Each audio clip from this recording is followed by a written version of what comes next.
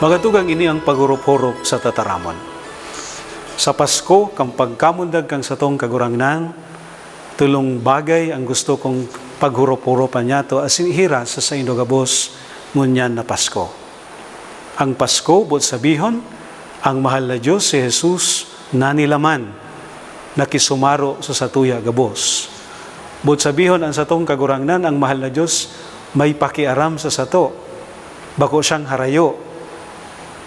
Pangadua, ang Diyos personalmenteng nakihiras sa buhay ning lambang saro sa sato.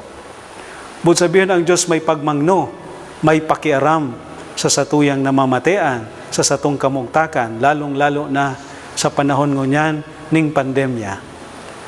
Pangtulo, ang Diyos namundag para sa to gabos na tao.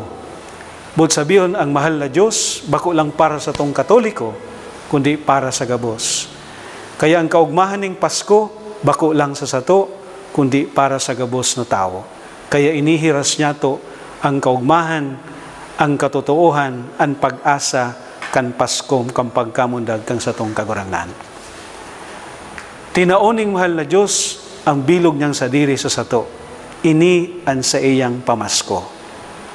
Ano man ang satong pamasko sa iya, ano man ang satong pamasko sa satuyang kapwa. Ang mahal na Diyos dahil nagtada, kundi tinao ang bilog niyang buhay para sa satuya gabos. Lugod makanod man kita sa Paskong ini na itaon niya to ang bilog niya tong sadiri sa mahal na Diyos asin sa satuyang kapwa.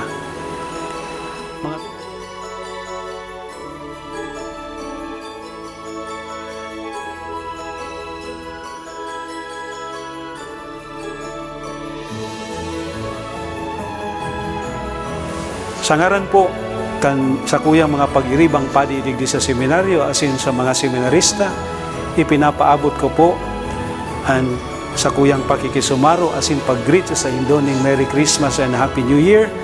Minsan po, yaong kita sa pandemic, igwa kita ning dahilan, ning rason na mag-ugma. Tang mahal na Diyos, dahil kita pinapabayaan. Emmanuel, Diyos, uya sa to. Mas haranis siya ngunyan, nakikisumaro sa sato, linhulikan sa tuyang kamugtakan. Sa giraray po, Merry Christmas po sa Indogabos. Mga tugang na paghurup-hurupan na niyato ang tataramon padagos sa hinanyugunta, isabuhay ta, ipasa ta.